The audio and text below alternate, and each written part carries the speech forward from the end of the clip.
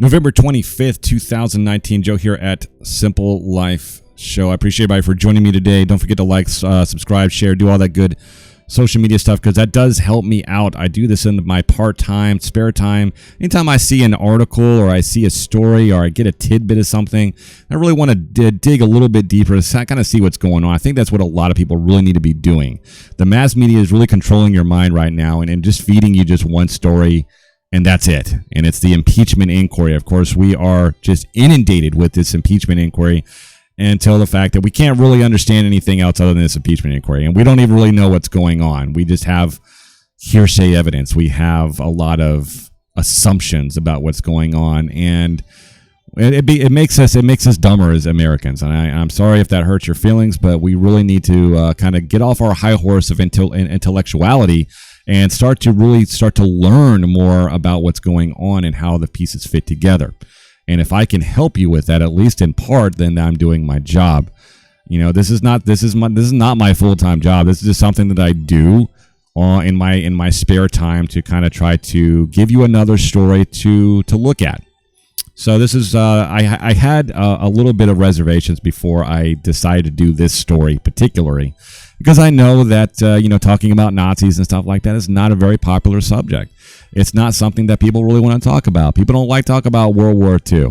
I guess they do, but there is this significant stigma when you start talking about Nazis, and unless you say that the Nazis are terrible, and if you say anything other than that, then you're going to be doxxed. You're going to be just erased from everything.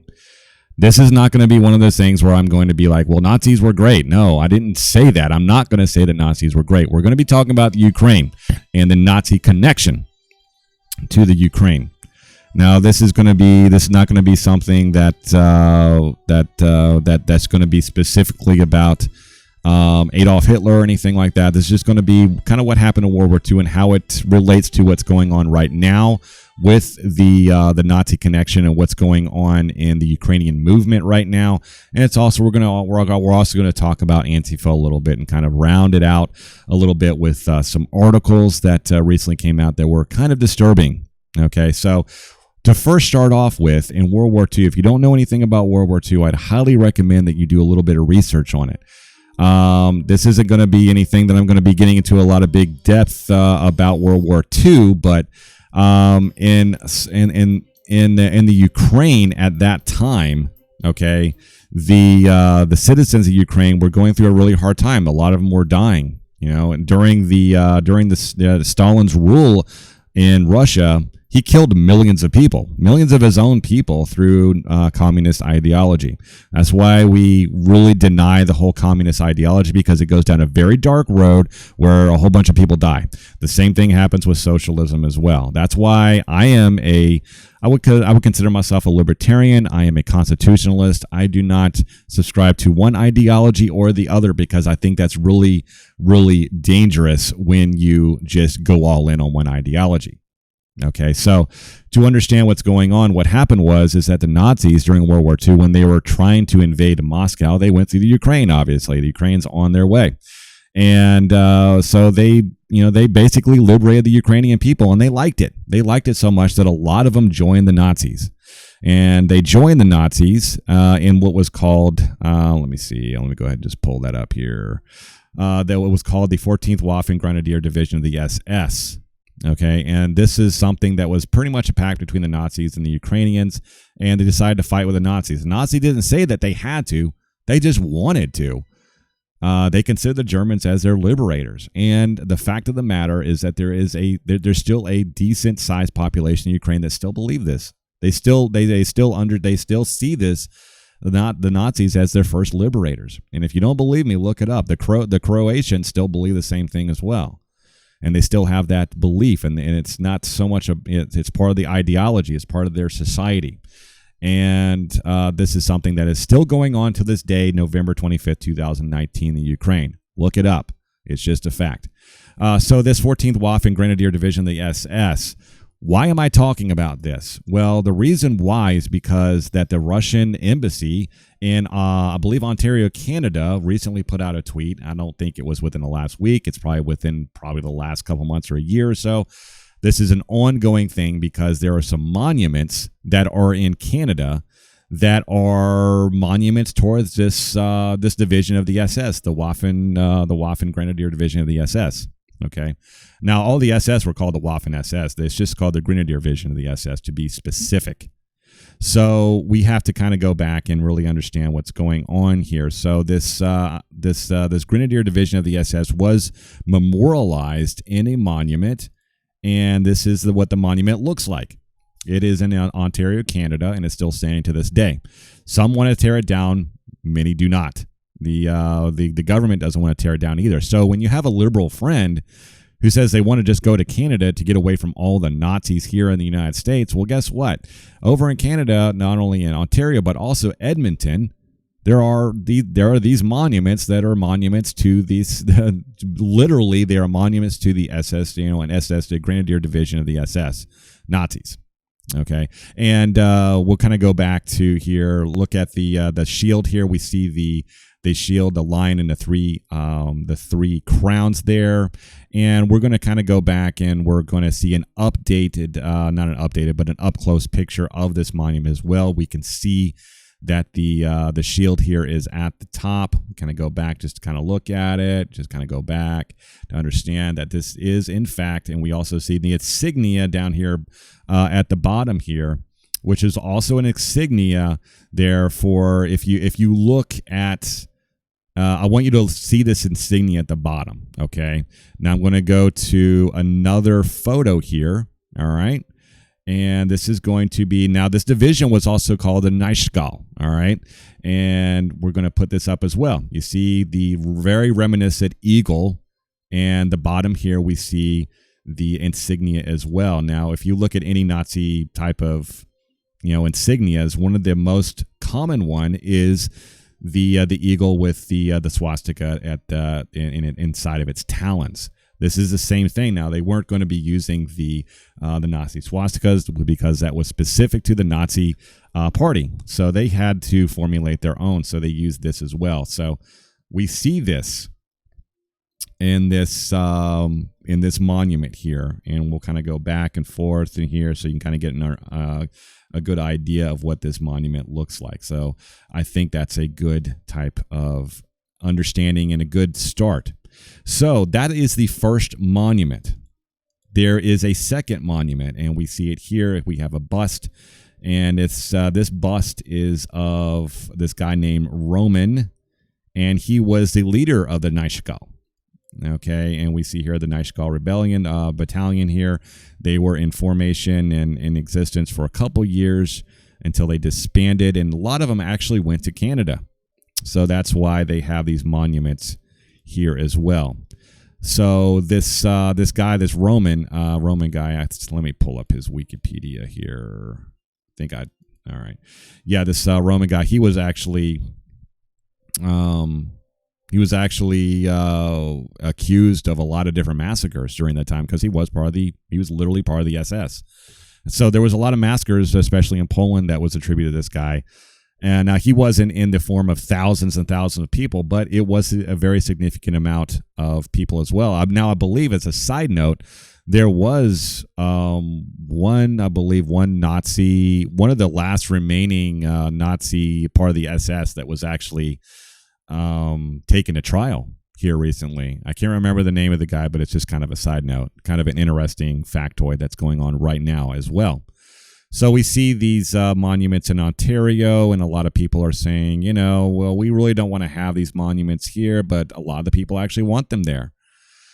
So we need to go forward. Now we have an understanding of what happened in Ukraine. The Ukrainians were liberated by the Nazis. There was a lot of Nazi sympathizers inside the Ukraine that actually joined the SS, after which they went to Canada. And now there is a lot of Nazi type of monuments towards these SS battalions that fought side by side and took their orders from Adolf Hitler. That is fact. So going forward, what is happening in Ukraine right now? Okay, so what's happening in Ukraine right now is that a couple years ago, the Ukraine, I believe back in 2014, I think, 2013, 2014, they actually had their own rebellion again, and they separated from Russia. Russia obviously does not like this. The Ukrainians and Russians have been fighting for a very, very long time. So now there is another battalion that is actually in Ukraine, that's actually forwarding a lot of the Nazi propaganda, lots of Nazi ideologies and hate and stuff like that against certain groups, especially the Jews and the Muslims and so forth. So this battalion is called the Azov Battalion. If you don't know anything about the Azov Battalion, please do look them up because they are everywhere right now. Now, some have been attributing the Azovs to like a type of ISIS group, and I think that is a little bit of an oversimplification of this group. You really need to understand what happened in World War II and why they are so hell-bent on not succumbing to Russia again, because they are completely anti-communist. They just want to have their own country. And yes, the ideologies are very dangerous, so that's a double-edged sword. So when there are people from the United States, they're saying, well, all the poor Ukrainians, we really have to help them out. We got to make sure that they have their armaments. Yes, we do. If they're fighting the Russians and they just want their independence, obviously we want to do that. But we also have to understand who is at the helm, who's driving this bus, and what kind of ideologies are actually being fed here.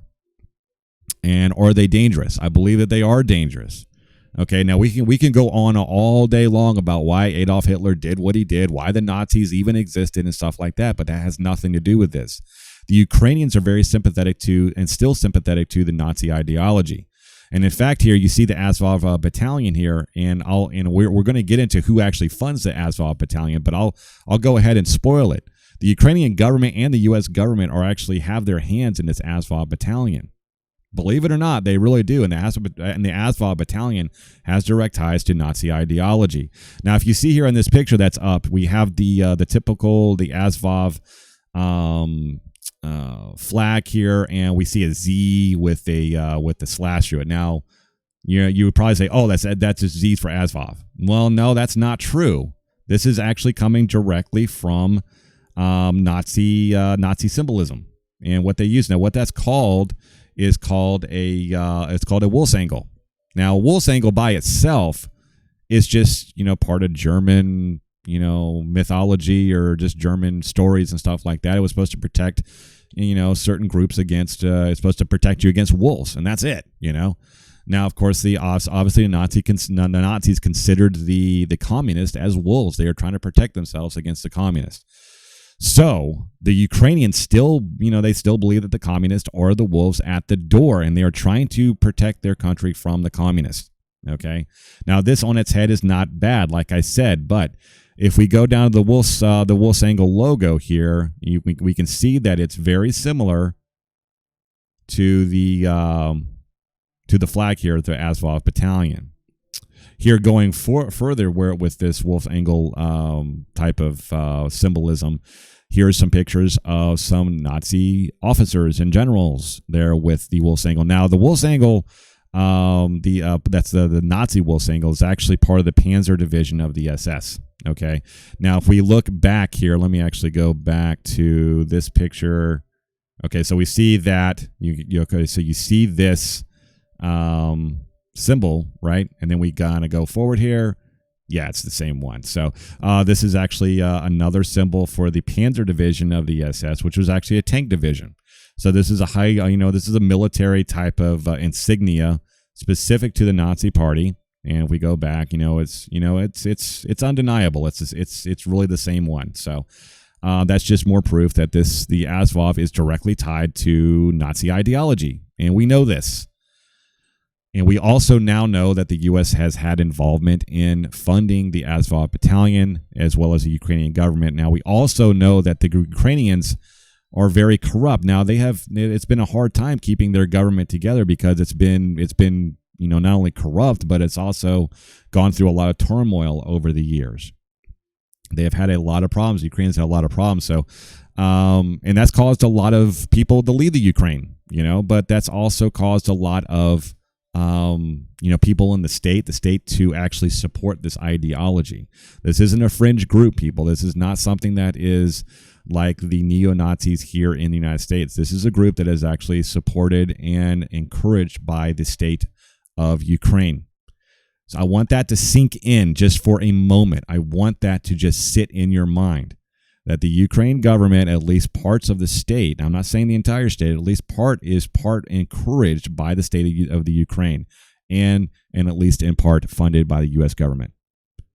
I know that's a hard thing to understand. It's not a hard thing to understand, but it's a hard thing to take. It's a hard pill to swallow. It really is. And when I was researching a lot of this stuff, I'm like, wow, this is crazy. I know this can't be the entire story, and it's not. It's not the entire story, and that's why more research needs to be done on this as well. So we're going to shift basically to Antifa just for a moment, because I think that's really understanding, because Antifa is also, I believe, also part of the enemy. Now, Antifa, if you ask your typical Antifa member, number one, they're dumb as a box of rocks, because they really don't understand what they're talking about. Now, we started off talking about Ukraine and also Stalin and how many people he killed in Russia, and the fact that the Nazis were actually fighting against that. Okay, and the Nazis did all their bad stuff too, but the Nazis were actually fighting against the communism as well. So we see here in Germany, during that time where the anti-fascist movement was born out of. Now, the anti-fascist movement was actually born out of fighting against Hitler and his fledgling Nazi party. We see the anti-fascist movement here, along with the hammer and sickle on the side. And, basically in one picture, we have kind of dispelled a lot of the ideas that the Antifas are saying, Antifa members are saying they're not communist. They are absolutely 100% on the pro-communist movement. We also see here the Iron Shield. I believe it's called the Iron Shield. I'm not exactly sure, but it's an iron something. It's either Iron Shield or it's a symbol of the another string of symbols from the Antifa movement. However, this is not specifically something that little millennials came up with that you might be thinking about. This is actually specifically another symbol that came out of that era. Now, the three down pointing arrows were, of course, against imperialism, it's against Nazism, and it was supposed to be against communism, but that is not true. That is not true. The Antifa was 100% pro-communism, and we'll actually go back to this picture here. We can see the Antifa flag. It's unmistakable, and the hammer and sickle. This was just something that was part of the German government. It was an arm, basically, of the Communist Party in Germany that was fighting against Adolf Hitler. And if you were not aware of this, do some more research, learn your history. This is just something that was part of history, and it's something that everyone needs to really know about. I think that Americans are sorely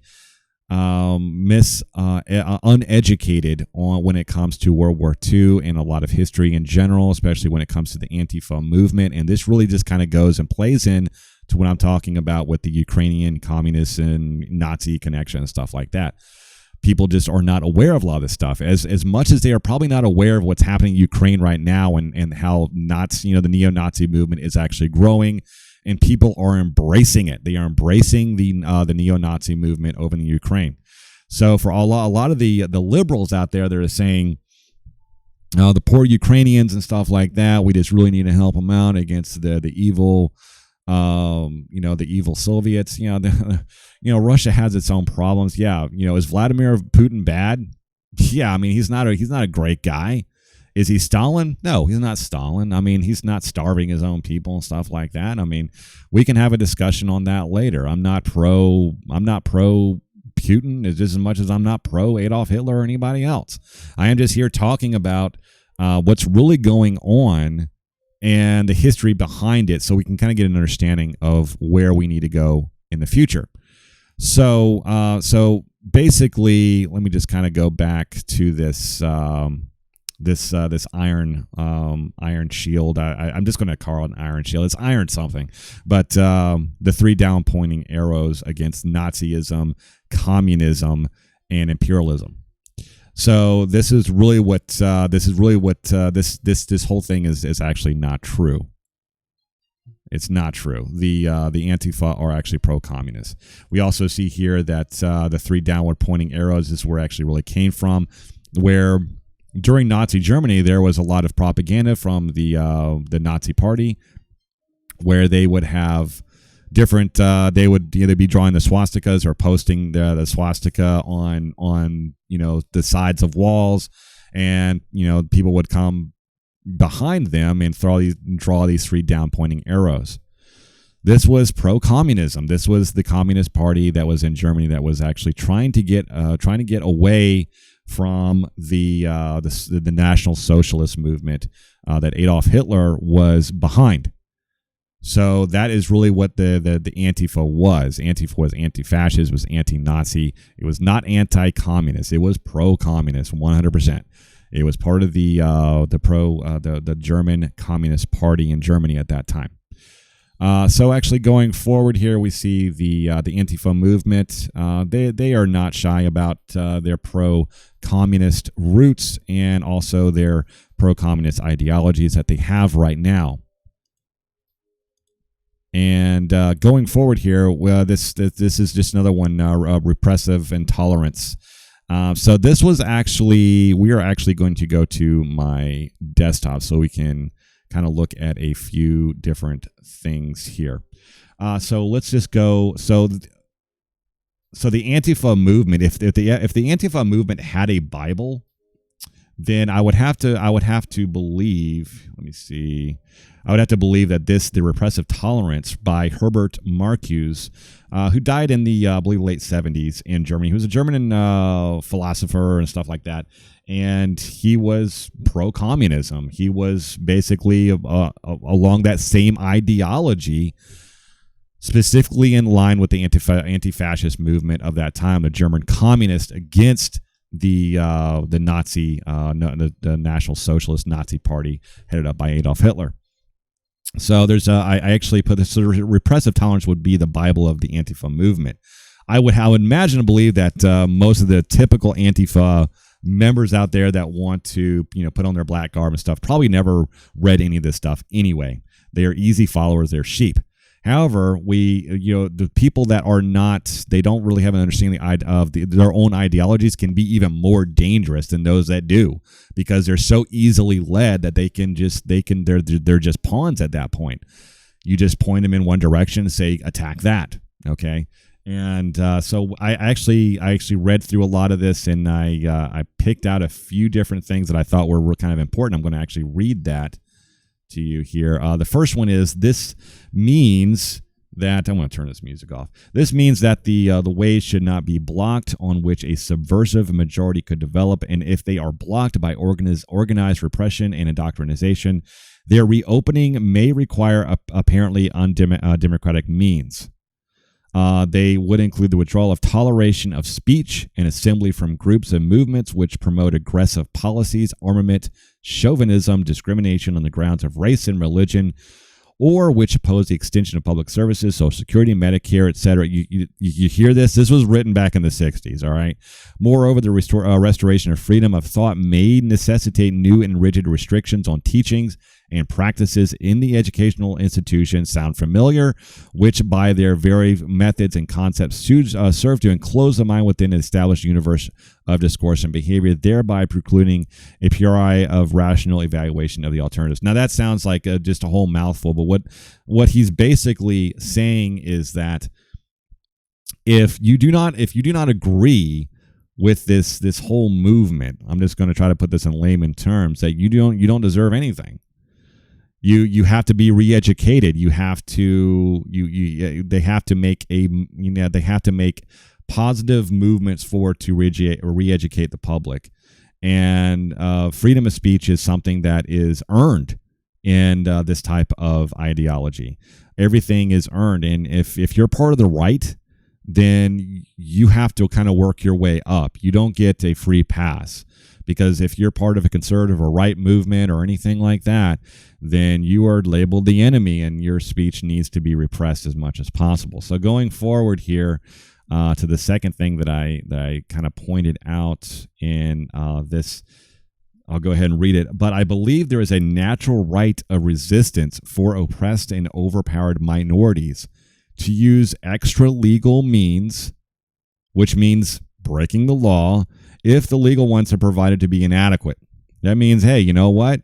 If the law isn't on your side, and if you can't do what you need to do to forward this ideology, just break the law. It's fine. Law and order always and every way. The law and order which protect the established hierarchy. So he's saying that the law isn't for us; it's for them. I happen to agree with a lot of that, but this whole ideology is completely nonsense. It is nonsensical to invoke the absolute authority of this law and this order against those who suffer from it and struggle against it, not for personal advantages and revenge, but for their share of humanity. There is no other judge over them than the constituted authorities, the police, and their own conscience. If they use violence, they do not start a new chain of violence, but they break an established one. So what this is saying is that this is a type of a way to kind of explain away violence that is perpetrated by those in the Antifa movement. So they can actually use violence and break the law as long as the ends meet the means meet the end. That's fine. It doesn't really matter because they're justified in doing it. They're justified because they're fighting for an absolute right for people to have their share of humanity. And this is just something that is, like I said, it's a dangerous philosophy. It's a dangerous ideology. Moving forward here from my last quote, given the situation as suggested in Repressive Tolerance, which is the name of this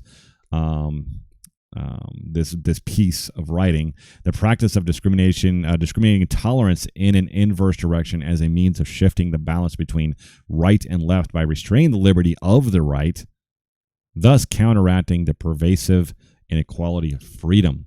Now, of course, everyone knows that those who are on the conservative right side are at the heart of just taking away everyone's freedom. We all know that, right?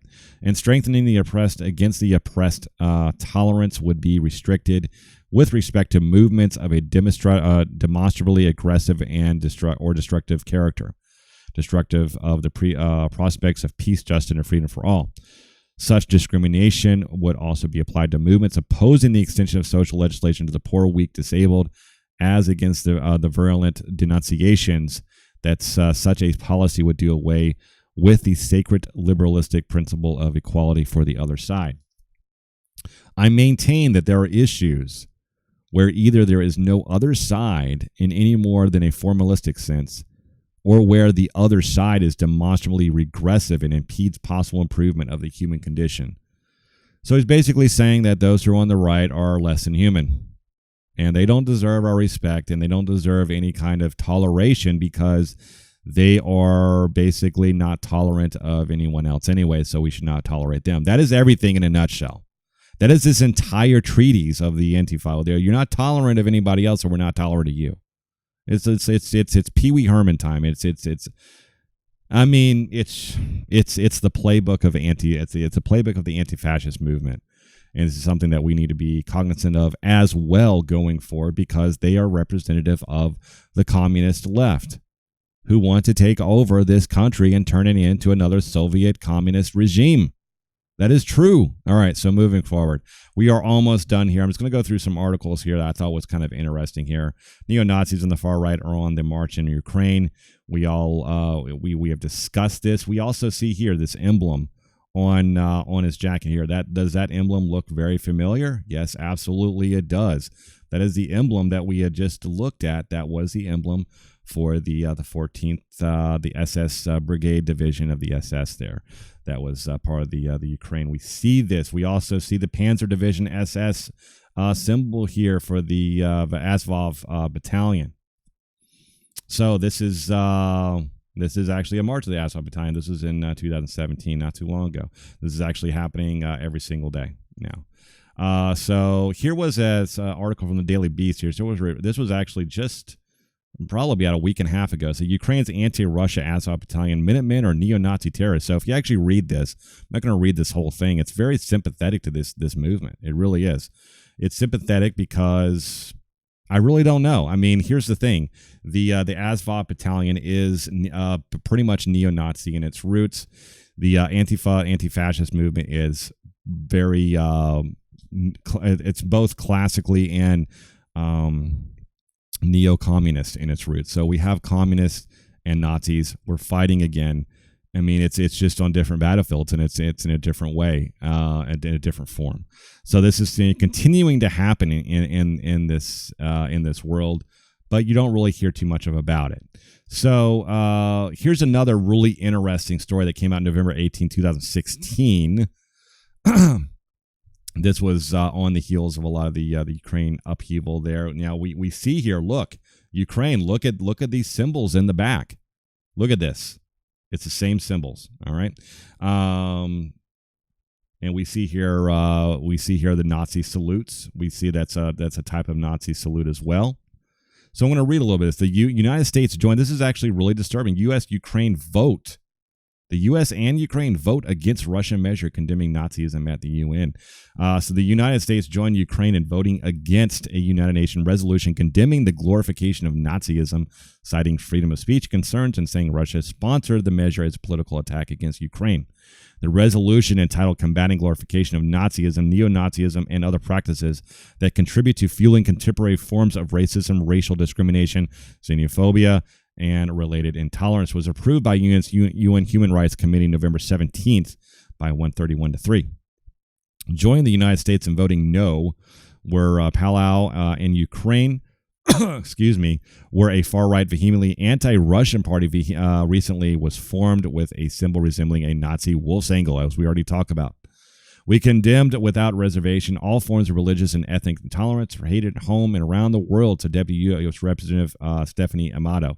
So we have here the U.S. that's actually defending Nazism. We are in this neo-Nazism ideology that's flourishing in the Ukraine, that we are actually really encouraging this, and we are funding it. Yes, we are funding it. So moving forward, so we have Congress members calls out Ukraine government for glorifying Nazis. Was April 25th, 2018. I had marked a few things here. The letter states that it's particularly troubling that much of the Nazi glorification in Ukraine is government supported. It noted ceremonies, gestures, and legislation venerating leaders of the UPA. Now, the UPA is part of what we were talking about, the 14th Division of the SS. The Granitzberg Division, that's the UPA. That's just that's an abbreviation for it. Who fought along Nazi Germany during World War II and whose troops participated in atrocity against Jews and other victims. We already talked about that. Kana's office in a statement also noted how city authorities in Lviv allowed the celebration of anniversary of the 14th Galatian Division of which we talk about. Division of the Waffen-SS at events this month featuring men parading in Nazi SS uniforms in the street. We saw those pictures, all right? The statements also cited JTA's coverage of a teacher and local politician who allegedly celebrated Adolf Hitler's birthday on Facebook and took pictures of her students at the public school where she taught history, performing the Nazi salute with her. So this is going on in Ukraine right now. This is the ideology, the Nazi ideology, neo-Nazi ideology that is forming here. It's not so much forming, but it is gaining a lot of steam. It's been there the whole time, but it's gaining a lot more steam. Moving forward to the next article, Ukraine makes birthday of Nazi collaborator and national holiday in band's book critical of anti-Semitic leader. So the Ukraine this was actually November 25th. This was today, okay? This is happening right now. Ukraine's parliament has officially designated the birthday of a prominent Nazi collaborator as a national holiday, while also banning a book that criticized another anti-Semitic national leader. January 1st has been now set as the country is to remember Stepan Bandera. The Jewish Telegraph Agency reported Thursday Bandera was a Ukrainian nationalist who joined forces with the German Nazis during World War III. It's like that UPA that we were talking about, because he believed that they could help his country gain independence from the now defunct Soviet Union. However, he was later also targeted and arrested by the Nazis. The Ukrainian city of Lviv, which was a nationalist home city, will also announce this month that next year will be Stepan Bandera's year. So, are you waking up now? Have I at least jarred you a little bit awake to see what's really going on here? I know it's been over 30 minutes, but if you have stuck with me this entire time, please understand that this is stuff that's going on right now. So when Trump doesn't want to give the Ukraine a whole bunch of money, because a whole bunch of the U.S. government's been actually filtering money to the Ukraine, funding a lot of this neo-Nazi movement. Okay, we have to understand here, going forward, why Trump was doing what he was doing. Okay, so FBI neo-Nazi militia trained by U.S. military in Ukraine, now training U.S. white supremacists. So we see, we had recently talked about the shooting in New Zealand, right? And this guy said that he was actually trained over there with the Azov Battalion. I tend to agree with him. I tend to believe that that this is something that was happened. So we see that we've seen plenty of evidence that that this is happening, that the U.S. is involved in it, that we've been funneling money and funding, at least indirectly, into this, if not directly, into this Azov Battalion, and also a lot of the neo-Nazi movements over in the Ukraine. So I really want you to understand, even the last article here, where there was a Democrat from, I believe, New York, that was talking about U.S. Congress accidentally boosted Ukraine's far right. So he basically sent a letter about the Azov Battalion and how they should be labeled as terrorists. And that backfired immensely because the people in Ukraine just weren't having it. They support this. They want this just as much as they wanted it back in World War II, when the Nazis took over and they liberated them from the Soviet regime. Please understand that the Ukraine hates communism. There's a lot of them over there that are very sympathetic to neo-Nazi movements. Okay, so when you have a lot of the liberals over here that are screaming about the liberation of Ukraine and saying the poor Ukrainians, and in the same breath talking out of the other side of their mouth about the horrible atrocities of the neo-Nazi movement, please understand that they don't know what they're talking about, because there is a huge neo-Nazi movement that is fighting against Russian forces in the Ukraine right now, that's being funded not only by the Ukrainian state but also the U.S. government. Please understand, this is not something that's anti-U.S. It's not pro-Nazi. It's not pro-communism. It's not anti-communist. It's not anti or pro-anything. These are just facts, okay? And you really need to understand what's going on. Okay, so I'm going to leave it at there. Please have a good Thanksgiving. Keep your eyes open. Keep yourself educated on what's going on, because there's a story underneath the story every single time. And it's up to you and it's up to me to actually uncover that, to see what the real story is. Until next time, I'll see you on the next one. Have a nice day. Bye.